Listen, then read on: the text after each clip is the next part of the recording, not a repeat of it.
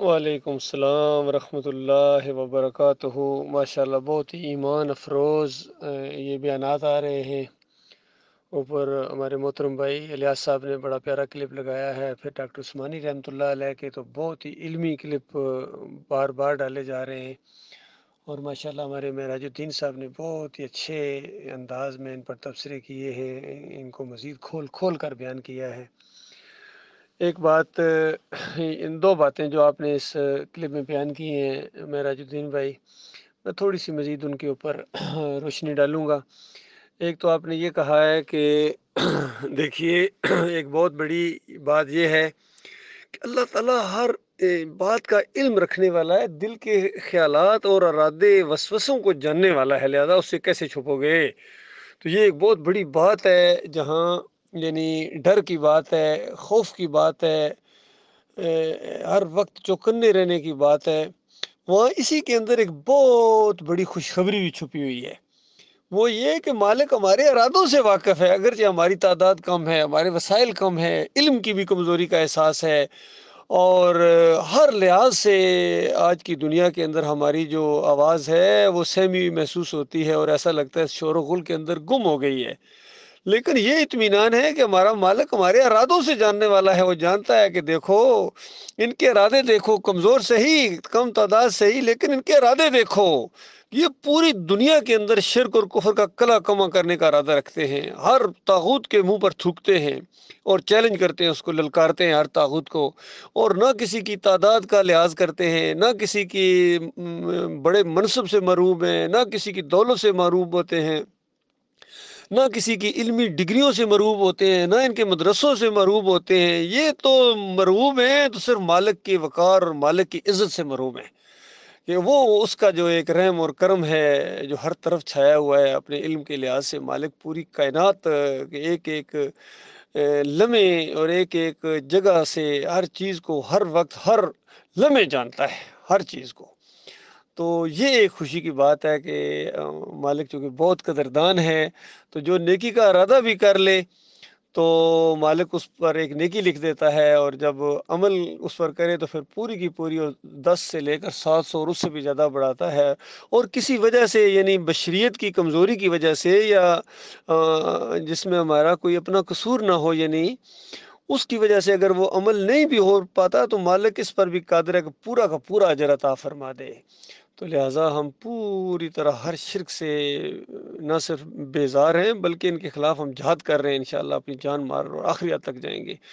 انشاءاللہ۔ ایک وقت آئے گا زمین کے اوپر نہ یہودیت رہے گی، نہ عیسائیت رہے گی، نہ ہندوازم ہوگا، نہ سکھ ہوں گے، نہ دہریے ہوں گے،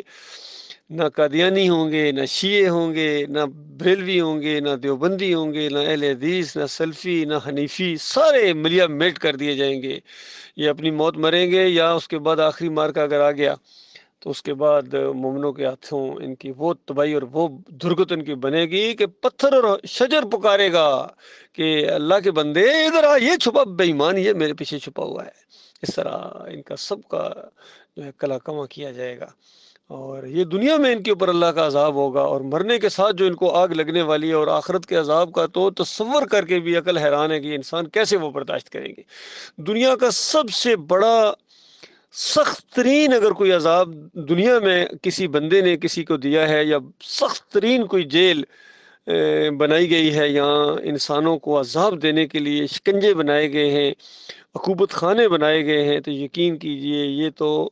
جہنم کے مقابلے میں، جس طرح آپ سمجھیں کہ پوری کائنات کے مقابلے میں ایک ذرے کی کیا حیثیت ہے، یہ والا معاملہ ہے بھائی۔ وہاں تو ایسا کمر توڑ معاملہ ان کے ساتھ کیا جائے گا۔ اسی لیے ہم بار بار ان کو یاد دہانی کراتے ہیں کہ دیکھو ڈر جاؤ اللہ سے، شرک کی وجہ سے تمہارے اعمال برباد ہو جائیں گے،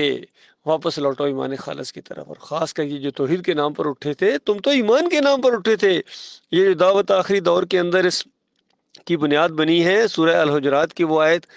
کہ انما المؤمنون الذین آمنوا باللہ ورسولہ ثم لم یرتابوا وجاہدوا باموالہم وانفسہم فی سبیل اللہ اولئک ھم الصادقون۔ بریکٹ کے اندر اللہ تعالیٰ نے سچے مومنوں کو بند کر دیا ہے، باقی سارے آؤٹ ہیں۔ بریکٹ کے اندر جو مومن ہے صرف یہ ہے مومن ہے، باقی مالک فرماتا کوئی مومن نہیں ہے۔ صرف یہ نہیں کہا کہ کوئی مومن نہیں، بلکہ فرمایا جھوٹے ہیں، باقی سارے جھوٹے ہیں۔ مومن صرف یہ ہیں جو اللہ پر ایمان لائیں، ایسا مضبوط ایمان لائیں، اور اللہ کے رسول صلی اللہ علیہ وآلہ وسلم اللہ پر ایمان یہ ہے کہ مالک نے جو بات کہہ دی ہے وہ حق ہے، حق ہے، اس کائنات کا اکیلا بنانے والا ہے اور اکیلا چلانے والا ہے، وہ اکیلا فرما روا ہے، حاکم ہے، بادشاہوں کا بادشاہ ہے، اور وہ ہے جس کو پکارا جائے، اس کے سامنے نظر و نیاز پیش کی جائے، اس کی خوشنودی حاصل کرنے کی، اس کو خوش کرنے کے لیے غریبوں مسکینوں کو کھلایا جائے۔ دیکھیے وہ خود نہیں کھاتا ہے، وہ نہ پیتا ہے، وہ کتنا احسان کرنے والا ہے اپنے بندوں کے اوپر، کہ مالک فرماتا ہے تم میرے ان بندوں کو کھلاؤ پلاؤ اور میرا ہی دیا ہوا ہے، اور اس کا بھی میں تمہیں اجر دوں گا۔ اور جو میرے کسی مومن بندے کی کوئی دنیاوی مشکل حل کرنے میں لگا رہتا، مالک فرماتا ہے میں اس کی دنیا اور آخرت کی مشکلات کو میں حل کروں گا، اس کے درجات کو بلند کروں گا۔ کتنا مالک خیر خواہ اپنے بندوں کا۔ ایسے مالک کو چھوڑ کر ان ہڈیوں اور ان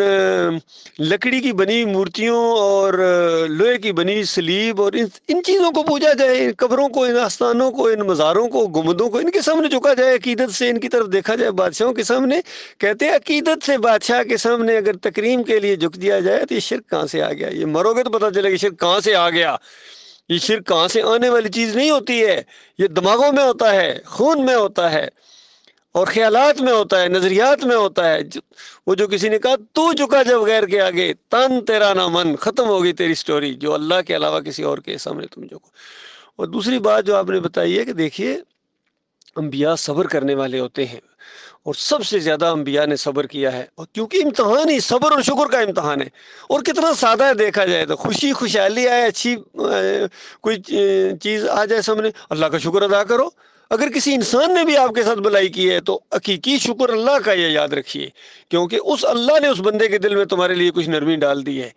اور جب تو نے اس اللہ کا واسطہ دیا ہے تب اس نے تیرے ساتھ یہ معاملہ کیا ہے،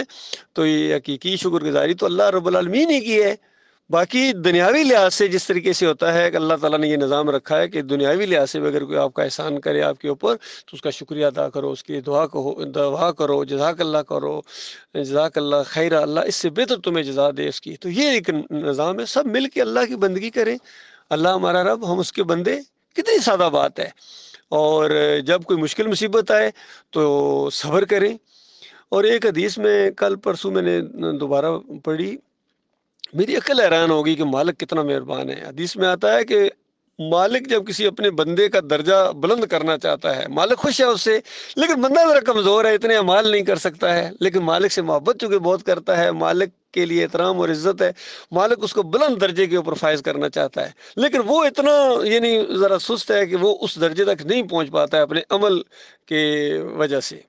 تو مالک کیا کرتا ہے، اس کو کسی مشکل مصیبت میں ڈال دیتا ہے۔ ظاہر بات ہے پھر صبر کرنا ہی کرنا ہے، مومن ہے وہ تو کسی اور طرف نہیں جائے گا، نہ مزار پر چڑھاوے چڑھائے گا، نہ پیر صاحب کی پنڈلیاں دبائے گا، نہ تعویذ گنڈا کرے گا، نہ کسی کا واسطہ، وہ تو جمع رہے گا، سسکتا رہے گا اور اپنے مالک کی طرف توجہ رکھے گا۔ تو یہ ادا پھر مالک کو اس قدر پسند ہے کہ مالک اس کو اس درجے تک پہنچا دیتا ہے۔ سبحان اللہ، اللہ اکبر۔ ہمارا اتنا عظیم رب ہے، ہمارے رب جیسا کوئی لا کے دکھاؤ نا بے ایمانو۔ ہم سے یہ امید رکھتے ہو اور ہمیں ہمارے اوپر دباؤ ڈالتے ہیں کہ ہم اس مالک کو چھوڑ کر کسی اور کے سجدے ثابت کریں، کسی اور کے رکوع ثابت کریں، کسی اور کی نظر و نیاز، کسی کی ڈالی لے کے جائیں، چڑھاوے چڑھائیں، عرس اور میلے کریں، تب تم خوش ہو کے ہمیں جہنم میں اتار کے رہو گے؟ ہرگز تمہاری بات نہ مانیں گے ہم تو، بالکل اب یا دین یہ غلبہ پکڑے گا یا ہماری جان جائے گی۔ اللہ ہمارا مالک ہے، اللہ ہمارا محافظ ہے، اس نے اتنے بڑے بڑے وعدے کیے ہوئے،